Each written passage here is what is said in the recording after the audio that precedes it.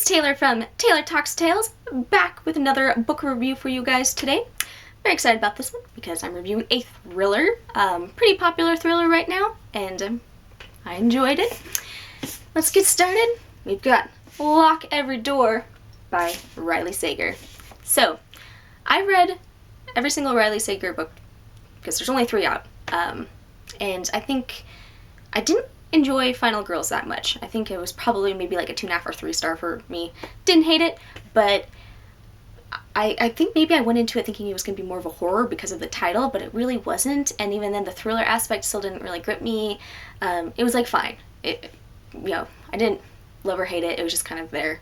And then I picked up Last Time I Lied back in September, just read through it. It was so good. Really enjoyed it a lot. I really liked the summer camp aesthetic and just, the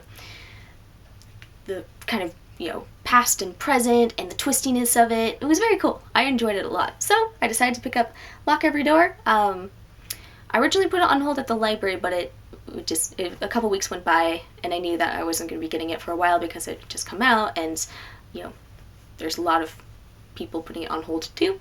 So then I was just like, you know what, I'll just go ahead and pick it up. I've been pretty good about not buying too many books, so I decided to treat myself. And I got this. And I tend not to really like pink. It's fine. Sometimes I don't mind it blended with certain colors, but I'm not really big into pink. I'm more of a cool color, like blues, greens, grays, purples. But I really actually like this cover a lot. I don't know why. I think I really like that one. In fact, I like all the Riley Sager book covers. They just look really cool. Especially Last Time I Lied, I think, is my favorite. I just really like it. So I'm gonna read the inside flap for you guys, and then we'll get started on the review. No visitors, no nights spent away from the apartment. No disturbing the other residents, all of whom are rich or famous or both. These are the only rules for Jules Larson's new job as an apartment sitter at the Bartholomew, one of Manhattan's most glamorous and secretive buildings. Recently heartbroken and just plain broke, Jules is captivated by the splendor of her surroundings and accepts the terms, ready to leave her past life behind. As she gets to know the residents and staff of the Bartholomew, Jules finds herself drawn to fellow apartment sitter Ingrid, who comfortably reminds her of her sister who vanished 8 years ago. When Ingrid confides that the Bartholomew is not what it seems, and that the dark history hidden beneath its gleaming facade is starting to frighten her, Jules brushes it off as a harmless ghost story, until the next day, when Ingrid disappears. Searching for the truth about Ingrid's disappearance, Jules digs deeper into the Bartholomew's sordid past and the mysteries kept within its walls. What she discovers pits Jules against the clock as she races to unmask a killer, expose the building's hidden secrets, and escape a dream apartment that is quickly turned into a nightmare. Alright, so I enjoyed this a lot.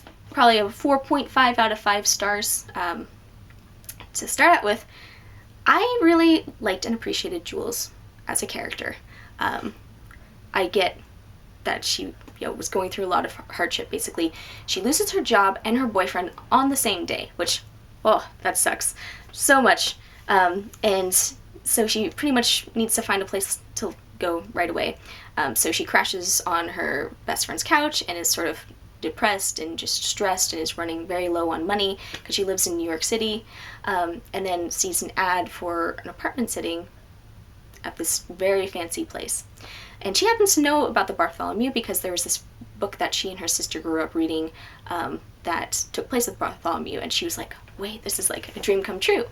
And it starts out really great. Like, it's this really fancy apartment, gorgeous, and she's making a ton of money for doing really very little, and she's like, this is my fresh start, this is what I need, and she's very excited about it. Her best friend is kind of like, this seems a little sketchy, but Jules is like, no, I need this.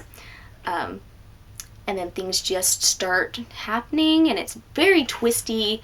I really liked the plot twist of this, and I know that there were some people when I was reading on Goodreads after I'd read this who were complaining. They're like, that was so dumb.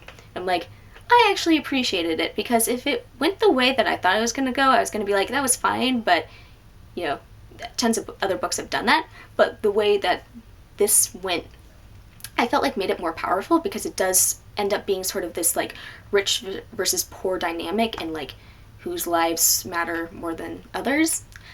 There's also somebody who was like, oh, she's such a whiny brat, she should have just moved out of New York City, and she's like, you know, basically one of the things in the book is that she does mention, like, I only have $500 in my bank account now, I only have 200, that kind of thing, and sort of a countdown on that.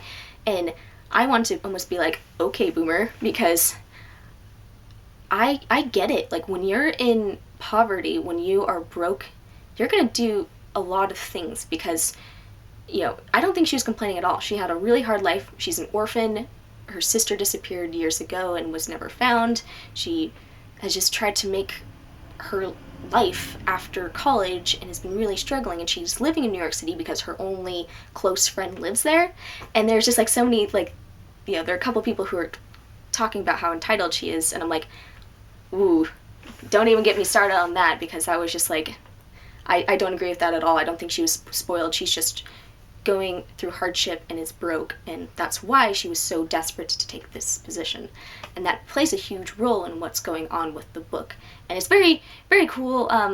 You know, there's this hot doctor that lives next to her, and then like the characters in the building are very like kind of, you know, unusual, and then she actually gets to meet the author of the book that she grew up reading, and, you know, has some interactions with her. And Ingrid's very cute. She's the friend, or, you know, basically the girl who goes missing kind of thing. And so I really enjoyed it a lot. You know, fast-paced, just hooks you in. I read this almost in one sitting again, because I tend to be a reader where, like, I usually have a couple books going, and then when I get one book and I just sit down and spend 5 hours just plowing through it, that's how it was with this. I think I'm torn between if I liked this one or Last Time I Lied better. I think I might have liked Last Time I Lied better only because of the summer camp setting, but I felt like this did like the sort of urban gothic really well. There are definitely elements of like Rosemary's Baby in this, and so I really appreciated that, and I thought it was a, you know, job well done. And honestly, just don't listen to the haters who are like, oh, she's so whiny, and why would you do that? Why wouldn't you just leave?